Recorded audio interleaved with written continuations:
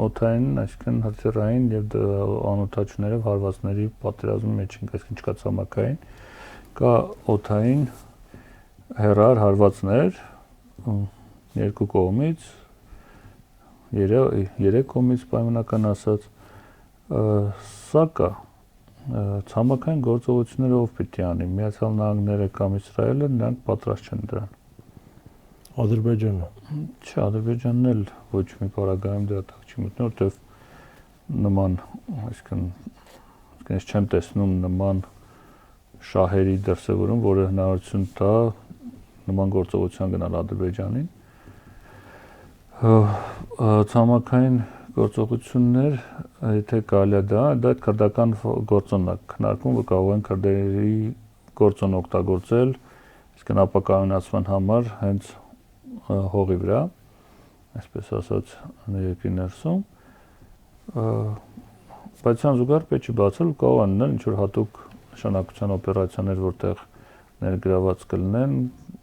կարող է Միացյալ Նահանգների բանակը անմիջապես ներգրաված լինի, բայց Սիրիայի օրինակում մենք ունեցել ենք այդ մասնավոր ռազմական գործակալություններով ներգրաված զինվորական միավորները, որոնք բավական էֆեկտիվ են եղել ու դրանք հիմնականում կիրառվում էին իդեպ այս կոնտեքստում շատ ակրի է նայել, որ եթե Իրանը հարվածում է ծոցի արաբական երկրների ենթակառուցվածքներին, ածխաջրածնային նավթ գազ կլինի, հակառակը չենք տեսնում։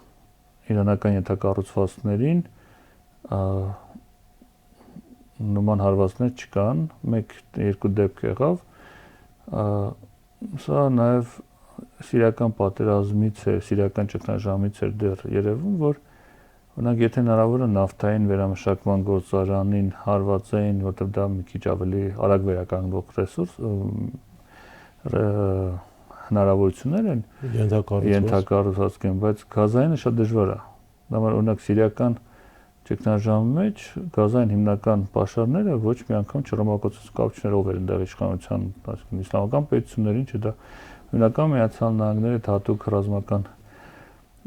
մասնավոր ռազմական գործակալությունները, դրանք այդ գործակալություններն են դրա պահպանության հետ կապված։ Ռուսերեն ասած այդ ՉՎԿ-ները, հա, частный военный։ ЧՎԿ-ներն են։ Այստեղ նաև կարող է այդ սցենարներն էլ զարգանա Իրանում, բայց դա դեռ կտեսնենք։